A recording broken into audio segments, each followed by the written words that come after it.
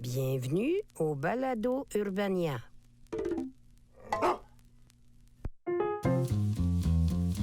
Salut braves gens, ici votre prof d'histoire pas de diplôme préféré, Charles Beauchesne, en direct de son appartement trop cher mais assurément mal isolé du centre-ville. Et c'est parti pour un autre tour des pires moments de l'histoire. Ce balado où je relate les meilleures, pires affaires qui se sont passées il y a longtemps, puis...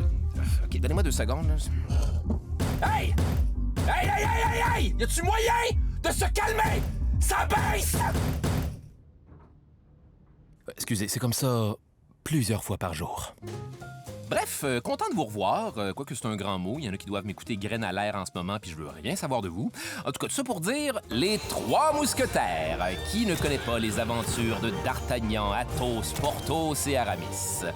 En fait, les gens connaissent tout ça encore, les 3 mousquetaires? Genre, Gen Z puis en dessous, là, Athos, Porthos et Aramis, ça a-tu du sens pour vous ou j'ai juste l'air d'être en train d'énumérer des vins de dessert? Parce que je suis curieux. Si oui, d'où connaissez-vous ça au juste? Y a-tu genre un TikToker qui vous a résumé ça en 3 secondes avec une casquette à l'envers? Parce que vous allez certainement pas me faire croire que vous avez lu le livre, mes estis.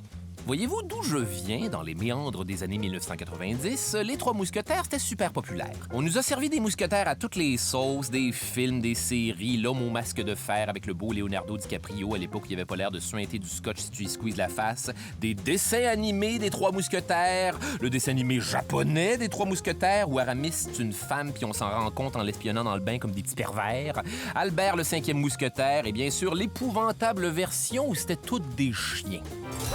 Sacré D'Artagnan, toujours en train de se courir après la queue. Enfin, Porthos, lâche ses pantoufles et aide-nous plutôt à venir à bout des gardes du cardinal.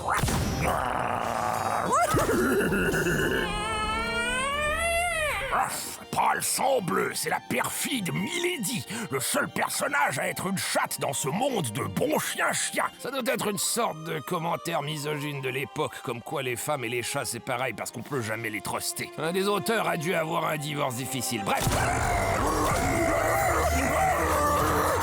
Ce que je vous propose aujourd'hui, c'est de revisiter ce classique à travers la lentille de son principal antagoniste, le diabolique cardinal de Richelieu.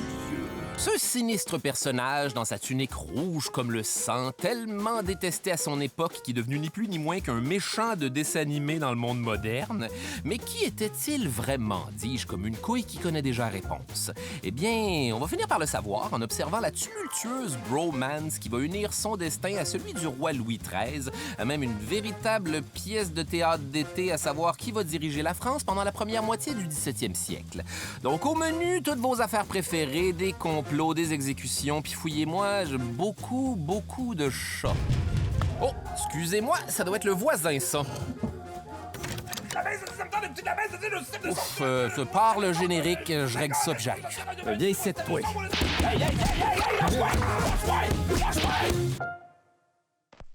Tout commence le 14 mai 1610 à Paris, pendant le règne du bon roi Henri IV, qu'on a vu pour la dernière fois dans notre épisode de la saison 2 sur les massacres de la Saint-Barthélemy. Donc en Europe, catholiques et protestants s'étripent encore comme jamais. Dieu est amour! Non! Dieu est amour! Pendant ce temps, le roi enchaîne les maîtresses ouvertement dans la face de sa femme, la reine Marie de Médicis, qui ronge son frein alors que plusieurs petits bâtards du roi vivent joyeusement à la cour, côtoyant ses propres enfants royaux, dont le futur roi de France, le petit Louis. Circonstance qui crée, je ne vous le cache pas, une dynamique familiale déplaisante. Ah, quel excellent souper de famille! On devrait faire ça plus souvent! Bon, je vais aller baiser une de mes maîtresses maintenant. Attention les enfants, ma parole, il y a de plus en plus de petits bâtards par ici. Marie, lequel je fête avec vous déjà? Ouais, pleurez pas trop sur son sort, Marie de Médicis est réputée pour être une méchante égoïste manipulatrice qui déteste son mari et déverse une partie de cette colère sur son fils, Louis, qu'elle considère comme faiblard et sans intérêt. Pour répondre à votre question, Majesté, notre fils, c'est celui qui est faiblard et sans intérêt. Cool, mais je suis en retard pour mettre mon pénis à quelque part maintenant. Revenons au 14 mai 1610, alors qu'Henri IV fait une petite tournée en ville en faisant des babayes dans un carrosse avec 2 gardes à cheval. Ah! Bonjour, mes braves François Sujet. Belle journée, n'est-ce pas? Mon Dieu, le français est quelque chose à notre époque. Vive le roi! Vive le roi, tel que prononcé à notre époque! Mon roi, nous sommes pognés dans le trafic du centre-ville. Le carrosse n'arrivions guère, t'as avancé. Bon, merci pour l'authenticité, mais si on parlait comme du monde normal. Mes hommages, Majesté. Je suis un assassin qui vient de se garrocher sur le carrosse. Et si vous le permettez, je vais maintenant vous poignarder à répétition. Bon, vous voyez, du monde normal.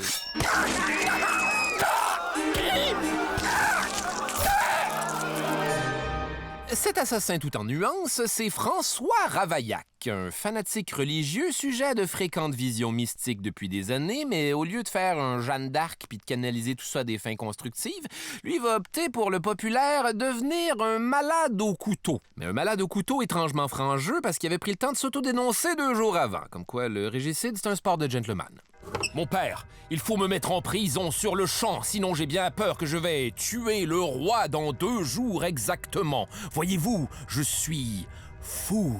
Allons, allons, mon fils. Je suis certain que si vous faites une coupe de Je vous salue Marie, Dieu va vous pardonner votre péché, peu importe ce que c'est. Mais d'abord, dites-moi, êtes-vous capable de me voir lire mon journal à travers le screen du confessionnal ou c'est slick mon affaire? Donc François Ravaillac pourra pas résister, il va tuer le roi, on va lui faire un procès expéditif du 17e siècle où il va tout avouer, être condamné à mort, puis il va être bien d'accord avec ça. J'ai bien peur que ce soit nécessaire. Voyez-vous, je suis complètement dément. Est-ce moi ou ce gars-là est fâchant à sa manière, non? Détail dark. Le régicide étant historiquement une offense grave, François Ravaillac va être écartelé sur la place publique avec un cheval attaché à chaque membre devant une foule hystérique comme si c'était les Beatles. Vous avez raison de vous réjouir, bonnes gens. Vos rues seront plus sécuritaires maintenant que je suis exécuté dans d'atroces souffrances. Excusez-moi maintenant, je déchire, comme on dit. C'est pour dire que c'est maintenant le petit Louis XIII qui devient roi de France à l'âge de 9 ans, mais évidemment, il est trop jeune et sa mère a 0 confiance en ses capacités, donc elle va assurer la régence à sa place. Première affaire, pourquoi pas commencer par s'allier avec l'Espagne, qui jusqu'ici est l'ennemi juré de la France. Fait que c'est parti pour un bon vieux mariage forcé entre Louis XIII et l'infante d'Espagne, Anne d'Autriche, qui, surprise, ne parle pas français. Mariage qui va avoir lieu quand ils ont tous les deux 14 ans. Ouais, l'infante d'Espagne, ça n'est pas être une femme d'expérience. Et c'est en présence de ces 2 jeunes époux de 14 ans, de la cour de France et surtout de la reine régente qui a l'air un peu pompette dans le coin là-bas. Ah ouais, chez vous! Effectivement, Marie de Médicis insiste pour que l'union soit consommée sur le champ avec plein de témoins qui font donc une certaine pression de performance. Ouais, je vais pas vous mentir, les amis, cette nuit de noces entre mineurs va être difficile à regarder. D'ailleurs, allons-nous-en. Détail dark de nature sexuelle. N'hésitez pas à avancer d'une couple de minutes s'il y a des enfants. Le petit Louis XIII a eu une éducation sexuelle pour le moins particulière. Voyez-vous, ses parents voulaient tellement s'assurer qu'il soit prêt à performer comme un étalon galopant pendant sa nuit de noces que dès son plus jeune âge, on lui a carrément offert un traitement royal de développement sexuel. Et quand je dis son plus jeune âge, c'est pas une façon de parler. Effectivement, alors qu'il était encore dans le berceau, la guillerie du roi, terme officiel dans les écrits pour éviter de dire zizi, kékette ou le toujours très factuel pénis, est l'objet de vénération. Regardez tout le monde, la guillerie du bébé.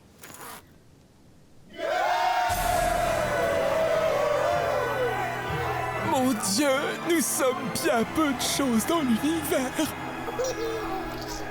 Le poupon a même une remueuse attitrée, oh mon Dieu, dont la job est de... Écoutez, je comprends l'esprit d'époque de ce qu'on essayait de faire ici, là, mais le gars du 21e siècle en moi peut pas s'empêcher de trouver que c'est une très mauvaise idée. Voilà.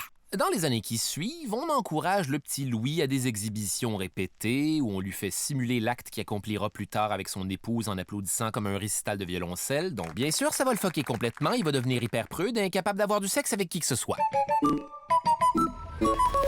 Fait que de retour à la nuit de noces, ça va être un de ces fameux fails dont on parle tant sur Internet, puis vous pouvez être certain que plus personne va se toucher dans ce mariage-là. D'ailleurs, m'avez-vous vu l'heure? Ça fait déjà beaucoup de temps de podcast attribués à du sexe de mineur, non? Soyez rassurés, en vieillissant, Louis XIII est rapidement hanté par une foule d'autres traumas d'enfance, dont un des plus accaparants est celui d'être convaincu qu'elle allait se faire tuer en pleine rue comme son père. Ah ouais, c'est vrai, hein? Excusez, j'ai l'impression que ça fait 6 heures qu'on a parlé de ça. Raison pour laquelle il va créer la Compagnie des Mousquetaires. Ah, vous voyez, ça va être le fun finalement. Détail de culture générale, me semble. Si aujourd'hui les mousquetaires sont relativement populaires, c'est grâce au roman d'Alexandre Dumas, Les Trois Mousquetaires, où les personnages, en gros, c'est... Ah, je suis Athos, le chef de la bande. Ah, et moi je suis Aramis, le mousquetaire sensible et religieux. Des fois je suis une femme déguisée parce que sinon je suis le plus plate des mousquetaires. Oh, et moi c'est Porthos, le gros mousquetaire à la force herculéenne, fréquemment représenté en train de manger une cuisse de poulet, gare à mes grosses fesses. Ah, et comment m'oublier moi, D'Artagnan, le jeune mousquetaire de la relève, fanfaron mais escrimeur hors pair, tiens! On raconte qu'Alexandre Dumas a basé mon personnage sur lui-même, mais bof, vous irez voir des photos, c'est un gros monsieur avec une moustache. Sentez-vous bien libre de m'imaginer comme ça en lisant le livre, mais de toute façon, à quoi bon? Allez-vous lire le livre, vous? Sous le signe des mousquetaires, on est tous des frères. Détail un peu plus intéressant que l'autre d'avant. OK, ça va bien. À la base, les mousquetaires du roi ont un rôle militaire. Un troupe d'élite, tous prêts à mourir pour le roi. Ils sont jeunes, ils ont des gros chapeaux, ils sont pleins de fougue, audacieux. Ils ont l'insouciance de leur âge face à la mort. Excessivement bien formés, ils sont évidemment tous entraînés à l'escrime. On leur donne également des cours de danse pour le maintien, quoique ça sonne en esti comme une excuse de mousquetaires qui n'ont pas envie d'avouer qu'ils suivent des cours de danse pour le fun, mais bon. Par contre, leur passe-temps préféré, c'est les duels à mort. Ah, ça, ils aiment ça. Et puisqu'ils sont tous très bons, les duels durent jamais tellement plus qu'1 minute. En garde, mon plus vieil ami. En garde, vieux frère. Je t'aime. Ah! Je meurs. Bien joué. Quelle tristesse. Mais quelle roche d'adrénaline en même temps. Qui est next? Et pour la petite histoire, c'est surtout des jeunes gentilshommes en provenance de Gascogne qui deviennent mousquetaires parce que Henri IV était gascon et Louis truste que les gens de cette région-là, pis c'est tout. Bon. On fait donc venir ces mousquetaires de loin comme des colis Amazon avant de leur fournir l'uniforme, le mousquet et le logement. C'était très prestigieux de devenir mousquetaire du roi et c'est pourquoi plusieurs jeunes gascons n'hésitaient pas à quitter leur contrée et famille pour toujours, comme D'Artagnan dans l'histoire que vous n'avez assurément pas lu. Je fais des jokes là-dessus depuis tantôt, mais moi-même je l'ai pas lu, j'ai juste écouté plein de cartoons. D'ailleurs, s'il y a bien un truc qui unit toutes ces choses-là ensemble, c'est bien le diabolique cardinal de Richelieu. Ouf! Fashionably late, hein? Armand Jean Duplessis de Richelieu est né en 1585 d'une famille d'anciens nobles qui, ironiquement, ont pu une petite scène, mais encore le respect des gens à cause du nom Richelieu. Sauf que ça, combien de temps ça va tenir? Quelqu'un va se rendre compte que c'est pas souvent eux qui payent au resto. Chétif à la naissance, personne pensait qu'Armand survivrait longtemps, mais surprise, il va survivre. C'est le personnage principal de l'épisode, je sais pas comment j'ai réussi à être surpris. Bon, blablabla, il a genre 8 frères et sœurs, son père meurt, blablabla. Ah! À l'âge de 9 ans, le jeune Armand Richelieu est envoyé à Paris pour étudier au collège de Navarre et obtient le titre de marquis de Chioux. Et ça s'écrit Chilou, ce qui est presque le marquis de Chill Out. Puis là, c'est drôle parce que je peux pas imaginer autre chose qu'un marquis en sandales effoiré dans un beanbag. C'est un PlayStation 1 qui est branché dans la TV, puis on joue à Crash Bandicoot. Là, vous voyez, je me suis hypé pour quelque chose qui est plus près d'arriver. Au début, Richelieu étudie pour devenir militaire. Il apprend l'escrime, mais aussi les mathématiques. Ouf, bon, attendez. Blablabla. Attendez, je vous promets que c'est un bon épisode. OK. En 1605, son frère, qui devait devenir curé, abandonne. Ouh, ça devient bon, hein? Je ne veux rien savoir d'être curé. Quel ennui. Je veux tracer ma propre voie et devenir moine. Ouh, excitante différence, non? Par contre, quand tu deviens moine, tu dois abandonner tous tes titres et tes biens. Puis là, à l'époque, dans chaque famille, ça prenait au moins un homme d'église, mais un avec des titres et des biens, sinon ça sert à rien, vierge. Fait que c'est Armand qui va le faire. Fuck la carrière militaire, ça va être un évêque, finalement. La vérité, c'est que ça m'arrange. Je suis sujet aux migraines et avec les canons, c'est complexe à gérer. Allumez le canon, soldats! Pourquoi est-ce que tout le monde est toujours en train de crier dans l'armée?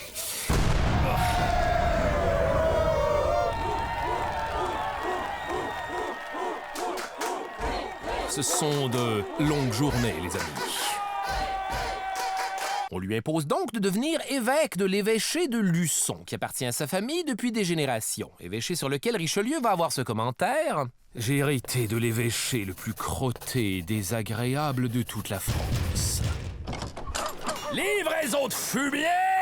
Je vous les pose ça où, monsieur l'évêque? Devant l'église, même cette pièce où nous nous tenons? En opposition à ça, Richelieu, quant à lui, est un personnage rigide, intransigeant, méticuleux, quelque peu anal et, je veux pas porter de diagnostic, mais très possiblement sur le spectre de quelque chose, puis il devait classer toutes ses affaires par ordre de grandeur.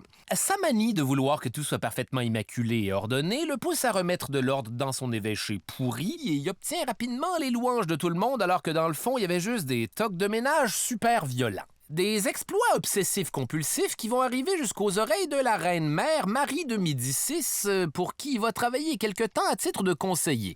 Du moins jusqu'à ce qu'ils soient tous les deux envoyés en exil. Eh bien, ça a été rapide, ça. Mais si vous le voulez bien, procédons ici à un léger flashback. Voyez-vous, du temps de la régence de Marie de Médicis, à la cour de France, une noblesse aussi diversifiée qu'incompétente pige dans un coffre de l'État comme au buffet chinois pour des projets plus ou moins sans dessin. Dans une dynamique où le roi c'est un meuble, puis n'importe quel courtisan à grand gueule a son mot à dire sur les décisions du royaume. Résultat, trop de cuisiniers dans la cuisine. Je suggère que nous augmentions le financement de l'armée. Et moi, je suggère de dédier un fonds pour la création d'un vol au vent géant à même lequel nous pourrions tous vivre. Mais enfin, qui a laissé ce cuisinier entrer ici? Bon, maintenant j'ai envie d'un vol au vent. On va sans dire que pour Marie de Médicis, c'était le terrain de jeu parfait pour diriger à la place du roi avec ses favoris, dont un qui va crissement pas faire l'unanimité, Concino Concini. Regardez, Concini est entré au Parlement de Paris sans retirer son chapeau. Morbleu, quelle autre cuidance! Quel toupet!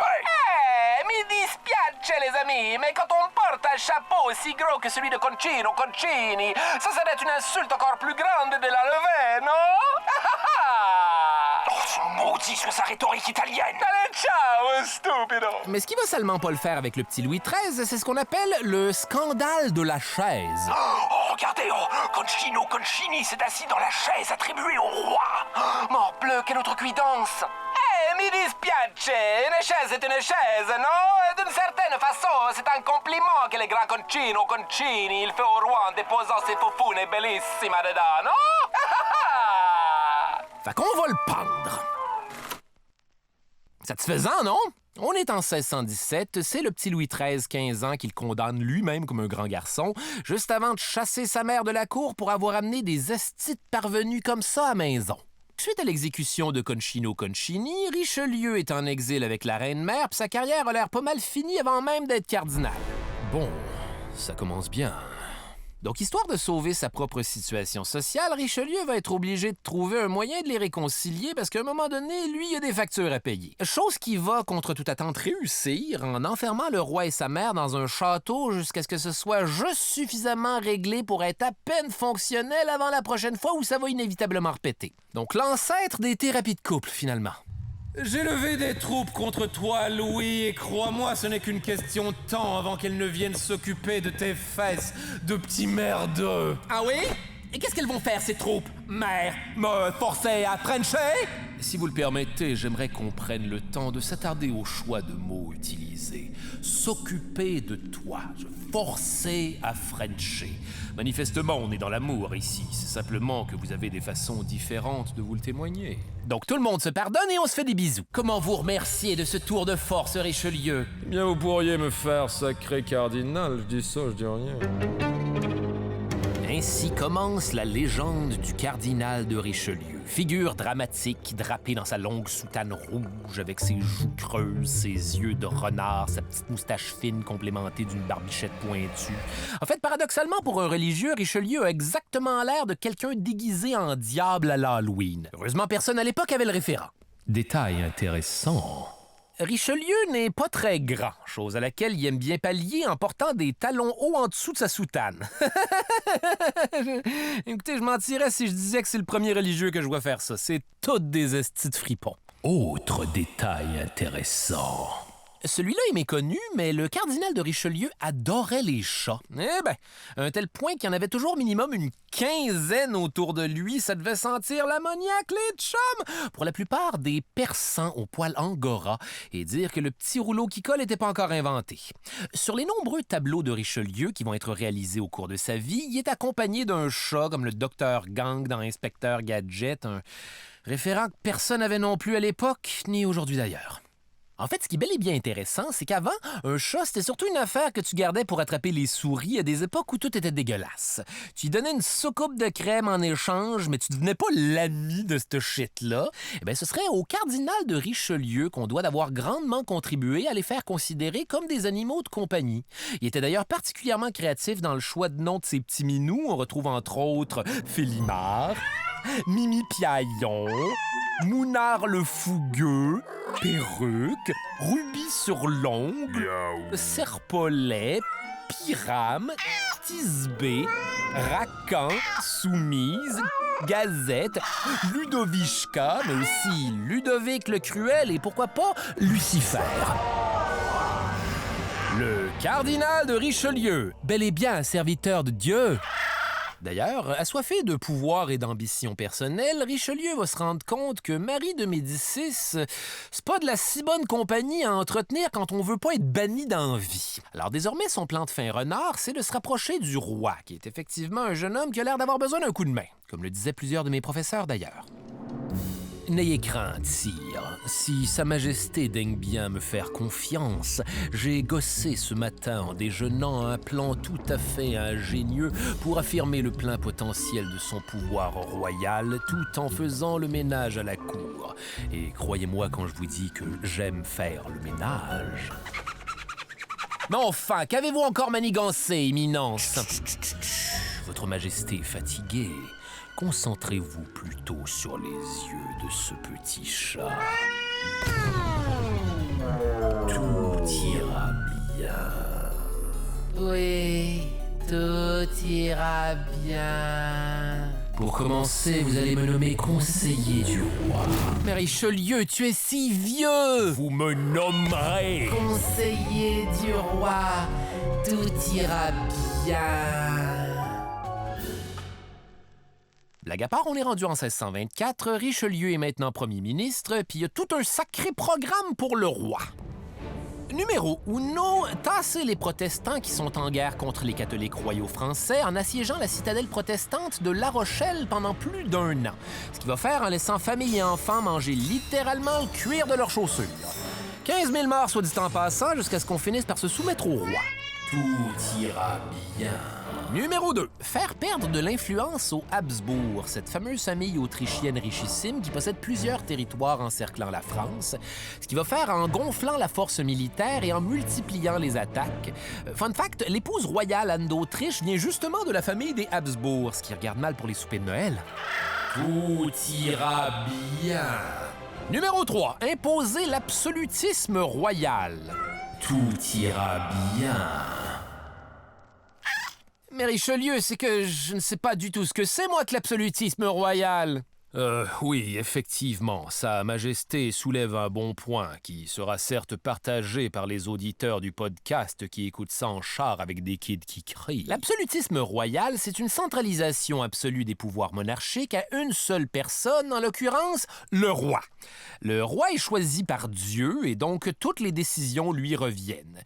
Il gouverne sans opposition, il détient tous les pouvoirs, qu'ils soient législatifs, judiciaires ou exécutifs, le droit de veto sur toutes. Plan de match qui plaît énormément à Louis XIII, qui commençait à être tanné d'être un meuble. Mais simultanément, une mauvaise nouvelle pour sa mère, qui se dit que c'est juste une question de temps avant qu'on la sac au vidange, elle aussi.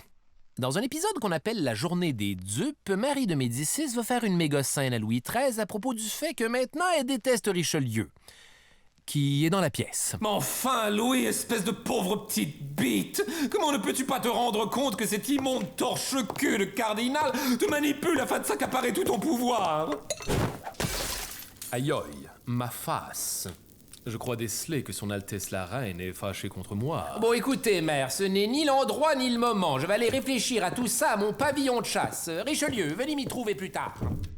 Suite à quoi Marie de Médicis va se dire... Yes, j'ai gagné! Cette couille molle de Louis va renvoyer le cardinal! Et le lendemain... Ah, mère, comme vous le savez, hier, je me suis longuement entretenu avec le cardinal et j'ai décidé de le renvoyer. Ah, Louis, je savais que tu choisirais ta mère! De le renvoyer à sa place en tant que Premier ministre, et c'est vous que j'envoie en exil. Quoi? Mais comment est-ce possible?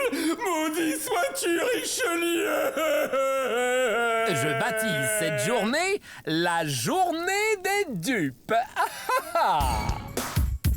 À partir de ce moment-là, le cardinal et le roi gouvernent en mode méga bromance, même si Richelieu est ouvertement détesté par de plus en plus de gens. À un tel point que le roi commence à s'inquiéter pour sa sécurité, donc il va lui imposer une garde d'une centaine de bons vieux mousquetaires bodyguards qui deviendront les fameux gardes du cardinal qu'Athos, Porthos, D'Artagnan et Aramis sont tout le temps en train d'affronter. Sauf qu'être en permanence suivi par tous ces mousquetaires douchebags qui ont envie de se battre, évidemment, c'est pas le genre de compagnie préférée du cardinal, lui-même beaucoup plus un gars de flatter des chats en talons hauts secrets en dessous de la soutane. Fait que Richelieu va engager exclusivement les plus ennuyeux mousquetaires disponibles. Alors, parlez-moi de vos antécédents. Eh bien, Éminence, j'ai été comptable pendant 10 ans et je déteste le bruit. Oh, audacieux changement de carrière, mais bienvenue dans la garde du cardinal. Néanmoins, à chaque fois que les mousquetaires du roi et les gardes du cardinal se croisent, ça vire en couille. Je vous invite à aller voir comme deux équipes de hockey qui ont tout le temps besoin de se prouver laquelle est la meilleure, ou pire encore, deux équipes d'impro. C'était les rouges du cardinal contre les bleus du roi, aux grandes dames du cardinal. Ah, une autre journée à signer des papiers, Lucifer. Eh bien, les gardes de son éminence, le cardinal de Richelieu. Eh bien, les mousquetaires du roi, est-ce que ça part en couille? Ça part en couille. Ah! Oh! Ah! Oh! Oh! Ah! Ah! Jolie riposte, mais vous sauvera-t-elle de cette pile de tonneaux sur laquelle je viens de monter? Ah! Ouf, je crois que ça va être un cas de fermer la fenêtre.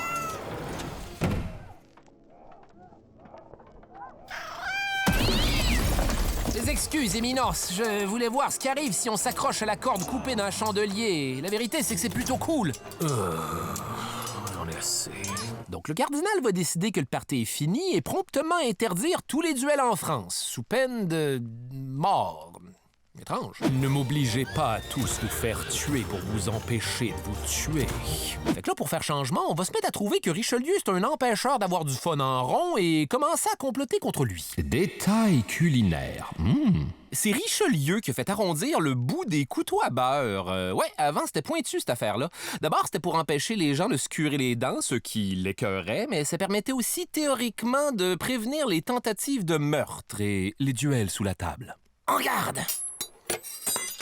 Je vous ai désarmé avec ma cuillère. Qu'allez-vous faire maintenant?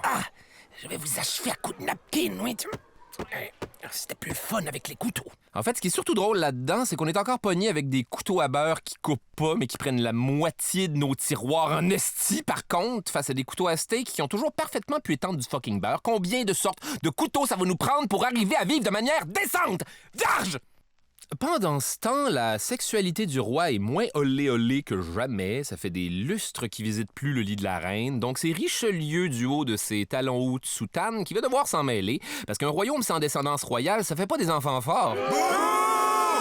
Par contre, un truc que je vous ai pas mentionné, c'est qu'il semblerait que Louis XIII soit, disons, plus intéressé par les présences des messieurs que des madames, si vous me permettez cette explication voilée à une époque où tout ça est cool puis on en a pas besoin. Louis aimait les messieurs. On ignore s'il faisait des choses avec ses amis messieurs, parce qu'on sait qu'il était coincé pas mal de la guillerie, mais ce qu'on sait aussi, c'est qu'il utilisait tous les prétextes possibles pour éviter de se retrouver seul avec les madames. Sire, je suis si heureuse de... C'est malin, il est allé se cacher sous le divan. Je vais encore devoir aller chercher des minouches pour le faire sortir. Allez, Majesté, sortez! Donc, comme je le disais, Richelieu va proposer de s'en occuper, genre littéralement en ayant des relations sexuelles avec Anne d'Autriche à la place du roi, comme s'il prenait le relais sur une job de peinture, pour l'aider, tu sais. Ce que les époux auraient refusé, et c'est parti pour une fin de conversation assez inconfortable. De toute façon, vous n'êtes pas censé être un ecclésiastique, vous? Très bien, sire, je vais de ce pas me rhabiller. Se sentant probablement obligé maintenant, Louis serait allé remplir son devoir auprès de la reine peu de temps après, qui sait, peut-être à travers un gros portrait de gentilhomme avec un trou dedans. Chose qu'il va faire assez souvent pour qu'elle tombe enceinte 4 fois. Yeah! Et qu'elle fasse 4 fausses couches. Mais tant qu'il y a de la guillerie, il y a de l'espoir. De son côté, le cardinal va aller gérer ses pulsions sexuelles de religieux en se lançant dans l'immobilier, tiens. Il va se faire construire juste à côté du palais royal, le palais cardinal, que je vous invite à voir comme 2 morceaux de collier best friend géant. À ça s'ajoute un quartier au complet que Richelieu va faire construire pour le fun, un endroit qui s'appelle Cité Richelieu, et qui est, vous l'aurez deviné, un quartier de maison de ville super cher où il n'y a rien à faire à part être là parce que c'est loin de tout et il y a 0 service. Le but étant ici de créer une ville idéale, la cité de demain, ce qui, dans l'esprit pour le moins obsessif-compulsif du cardinal, signifie plein de maisons pareilles collées ensemble, toutes de la même hauteur, disposées dans des rues rectangulaires qui tournent à 90 degrés. Bref, satisfaisant à regarder, mais faut être un Christ de fou pour habiter là. Parlant d'endroits où tu veux pas vivre, le cardinal va faire construire une châterie à Richelieu City, c'est-à-dire un bâtiment expressément réservé à tous ces chats avec 2 domestiques temps plein qui changent les litières. Ah! Mon Dieu que ça sent l'ammoniaque! Détail intéressant. Le cardinal de Richelieu va fonder l'Académie française comme un nerd, histoire de donner plein de règles mêlantes à la langue française dans le but de la rendre pure, éloquente, propre, droite, symétrique, rectiligne, ennuyeuse et anale, à son image, bref. Et c'est pourquoi, les amis, on est encore pris pour dire un trampoline au lieu de une trampoline, ce qui aurait tellement plus de bon sens. Armand, si tu veux mettre ça au masculin, appelle ça un trampolio, je sais pas moi. Vous comprendrez que Richelieu est effectivement très impopulaire, d'abord auprès du peuple qui trouve que ses impôts à des fins de projets immobiliers, c'est cher payé en esti pour des rues à angle droit, mais aussi de la noblesse qui s'est vue chasser de la table des décisions et dont le cardinal intercepte constamment les lettres pour les espionner et par le fait même déjouer plein de complots. Et pourquoi pas la reine Anne d'Autriche, dont Richelieu se méfie parce qu'il la soupçonne d'être une espionne à la solde de son pays d'origine, l'Espagne. Ce qu'elle est. Fait que les gens sont fâchés qu'il ait raison, finalement. Sauf peut-être pour les rues à 90 degrés, ça doit être chiant à négocier sous. Maudite rue à 90 degrés! Entre en scène Gaston d'Orléans, le petit frère de Louis qui espère bien fort que son grand frère meure de sa santé de faiblard pour finalement monter sur le trône à sa place. Chose qu'il attend en faisant le party avec ses amis nobles emplumés qui font juste fourrer pis boire. En tout cas, je sais bien pas qu'est-ce que Gaston d'Orléans avait peur de rater dans la vie, mais ta gueule, man, qu'est-ce que tu veux? J'ai plus de travail? Ouais, c'est moi le champion, Gaston! Ah, duchesse de Chevreuse, racontez-moi votre journée pendant que je vous administre le plus gourmand des cunilingus. C'est parti, miam! Assurément, mon mignon. Je pensais qu'il faudrait bien trouver une façon de se débarrasser de ce cardinal de malheur qui nous coupe sans cesse les vivres. Regardez la sobriété dans laquelle il nous faut vivre maintenant. Hey, tout le monde! Bataille de vol au vent! Oui, on fera ça. En tout cas, j'ai vraiment hâte d'avoir toute sa paperasse de Premier ministre à gérer. Allez, on renversera la France demain. Aujourd'hui, on culbute. Allez, hop! L'attitude libertine un peu slack de Gaston d'Orléans, vous le comprendrez, cet avantage de toujours donner une absurde longueur d'avance à Richelieu. Richelieu qui est pas mal plus à son affaire quand vient le temps d'intercepter tous ces complots de monde sur le party. Dans les années qui suivent, c'est pas moins de 6 complots pour meurtre contre lui ou le roi que le cardinal va exposer au grand jour. En fait, c'est tellement de complots que ce serait trop long de vous les expliquer, fait que voici un top 3. Complot numéro 3, la conspiration de Chalais. En partant, Chalet, c'est un dude. Le comte de Chalet, pas Chalet, la bâtisse, là. C'est pas une conspiration qui s'est déroulée en fin de semaine de ski ou pire encore, à même un de ces répugnants restaurants Swiss Chalet, le Saint-Hubert des blocs. Chalet, c'était le gars responsable de la garde-robe du roi qui, entre deux essayages de culottes à froufrou, va lui aussi commencer à faire des cunilingus à la duchesse de Chevreuse et pourquoi pas comploter avec Gaston d'Orléans pour tuer le cardinal, tiens. Ploté et comploté, j'embarque. Fait que checkez bien le plan de poteux, vous autres. L'idée ici, c'est de simuler une fausse dispute entre Chalet et Gaston d'Orléans devant le cardinal, faker de se battre en duel à l'épée et, whoopsie, tuer Richelieu par erreur. Avec un peu de chance, pile au moment où il leur rappelle que c'est interdit de se battre avec un doigt levé comme le schtroumpf à lunettes. Sauf que Chalet, trop excité peut-être, a vraiment besoin de parler de ce plan de génie à quelqu'un avant. Information qu'il va confier à son oncle, le commandeur de Valençay, qui lui est super bon chum avec Richelieu. Oh non!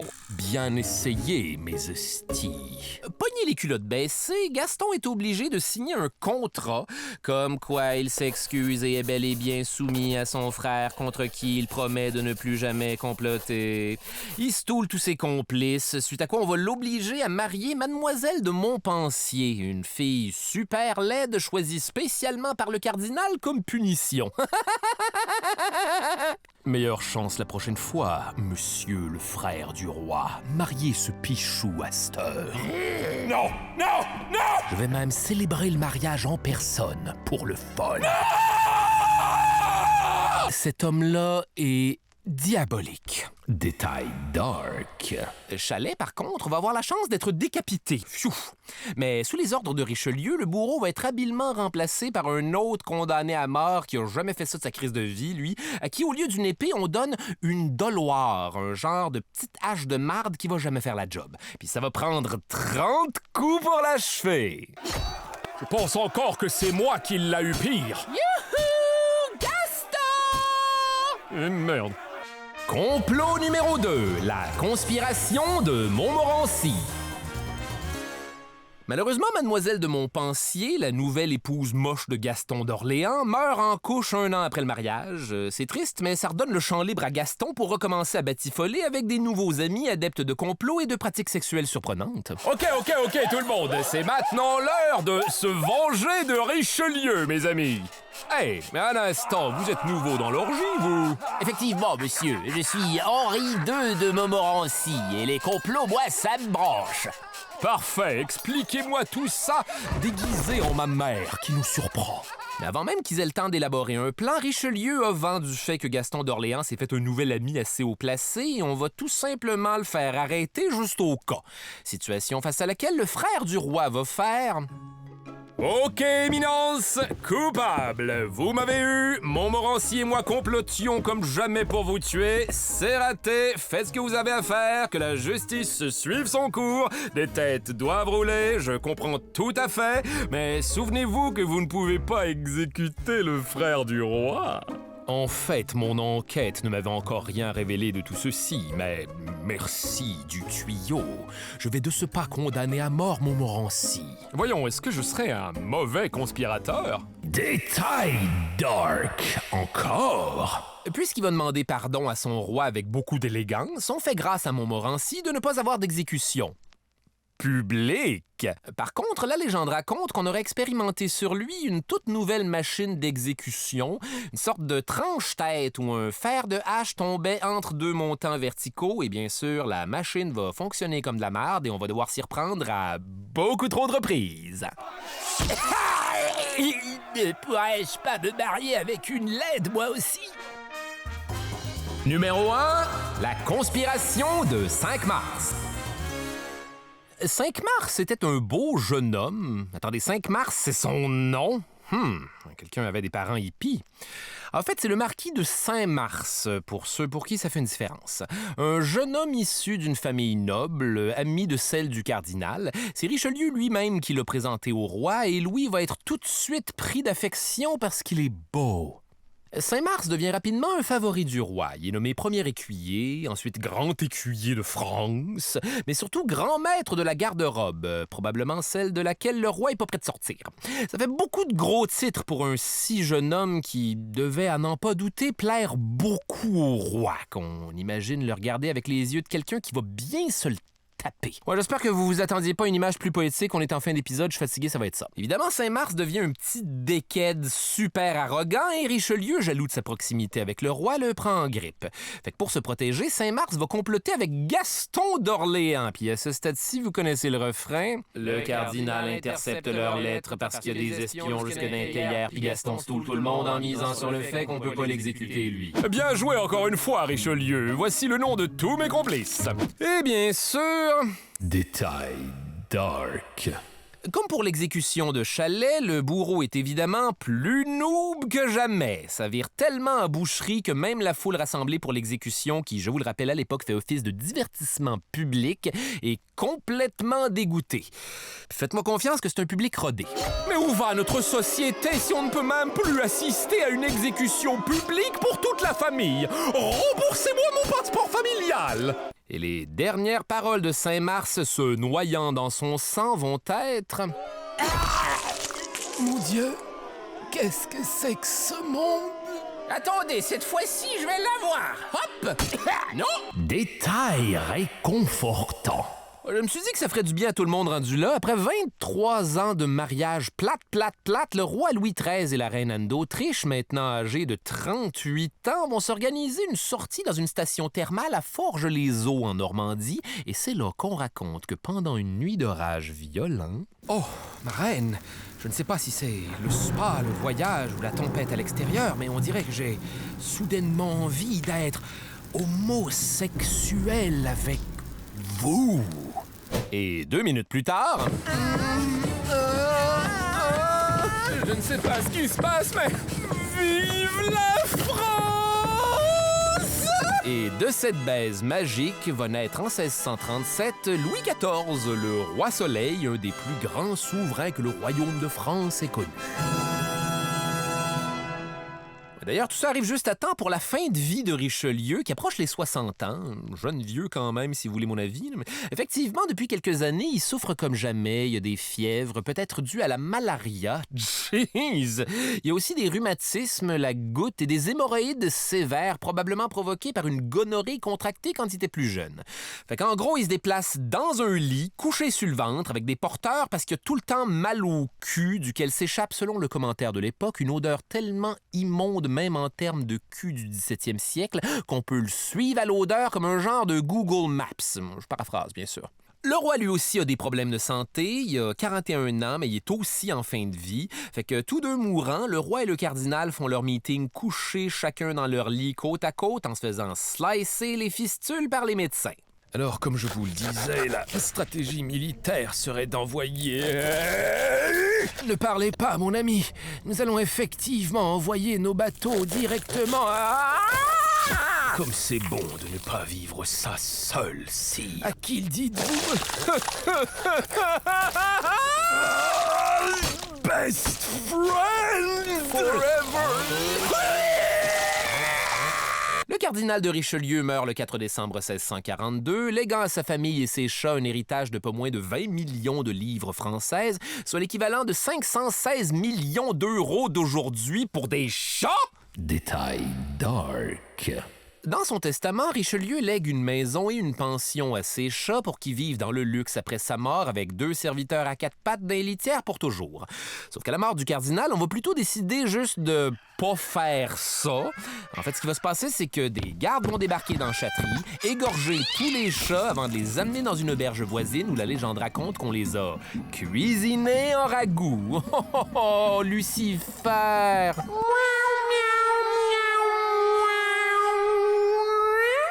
La vérité, c'est que Richelieu est tellement détesté par la France entière qu'à l'annonce de sa mort, on met feu à des mannequins qui le représentent, comme ça, de façon spontanée. Tout le monde avait un petit bricolage du cardinal de Richelieu à sacrer dans le feu pour l'occasion. Ouais, c'est miraculeux ce que les gens peuvent accomplir quand ils décident de se mobiliser. 4 mois plus tard, c'est Louis XIII qui décède, faisant de Louis XIV un roi à l'âge de 4 ans, dont la tutelle va être assurée par le cardinal de Mazarin, qui est un haut esti de Richelieu sélectionné par Richelieu lui-même pour continuer à travailler même quand il est mort. Et le cycle continue. Le fin mot de l'histoire avec un grand H.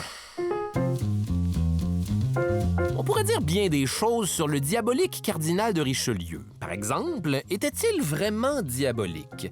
Moi, tout ce que je vois ici, c'est un premier ministre super compétent, bourreau de travail, qui a même laissé un legs immense à la France. Sa politique d'absolutisme va être officiellement instaurée par Louis XIV, le roi Soleil. En fait, Richelieu, c'était surtout un homme politique habillé en homme d'église, qui va passer sa vie à aider un petit roi en qui personne ne croyait à devenir un des plus grands monarques de l'histoire. Et ce, bien sûr, sans non plus se priver de faire ça en accumulant une méga fortune. S'il est devenu le diabolique cardinal de Richelieu, c'est surtout à cause de son rôle de méchant dans le roman d'Alexandre Dumas, un rôle basé sur son impopularité du temps de son vivant, essentiellement pour avoir bouleversé la société. J'ai l'air vendu à ce gars-là, mais ça doit être parce que je suis moi aussi quelqu'un qui travaille en robe de chambre avec plein de chats. Mais si je peux me permettre, vous savez c'est quoi aussi un des autres bons coups du cardinal? C'est lui qui a créé la Compagnie des 100 associés pour peupler un tout nouveau territoire à l'époque, la Nouvelle-France. Donc c'est un peu à lui qu'on doit le Québec. Là, je veux surtout pas pousser le bouchon de la causalité, mais par extension, moi et le podcast que vous écoutez en ce moment. J'ai poussé le bouchon, hein? Je m'appelle Charles Beauchesne et le cauchemar se poursuit dans un prochain épisode. Les pires moments de l'histoire avec Charles Beauchesne est une idée originale de Charles Beauchesne, toi chose. Au texte et à la recherche, Charles Beauchesne, Anne-Hélène Prévost et François de Grandpré. À la réalisation, Barbara Judith Caron. Au montage, Alexandre Sarkis. Au son, le studio La Chope. À la coordination, Clément Turpin. À la production, Rosalie Granger. Producteur exécutif, Raphaël Huismans et Philippe Lamarre. Les pires moments de l'histoire avec Charles Beauchesne est une production d'Urbania.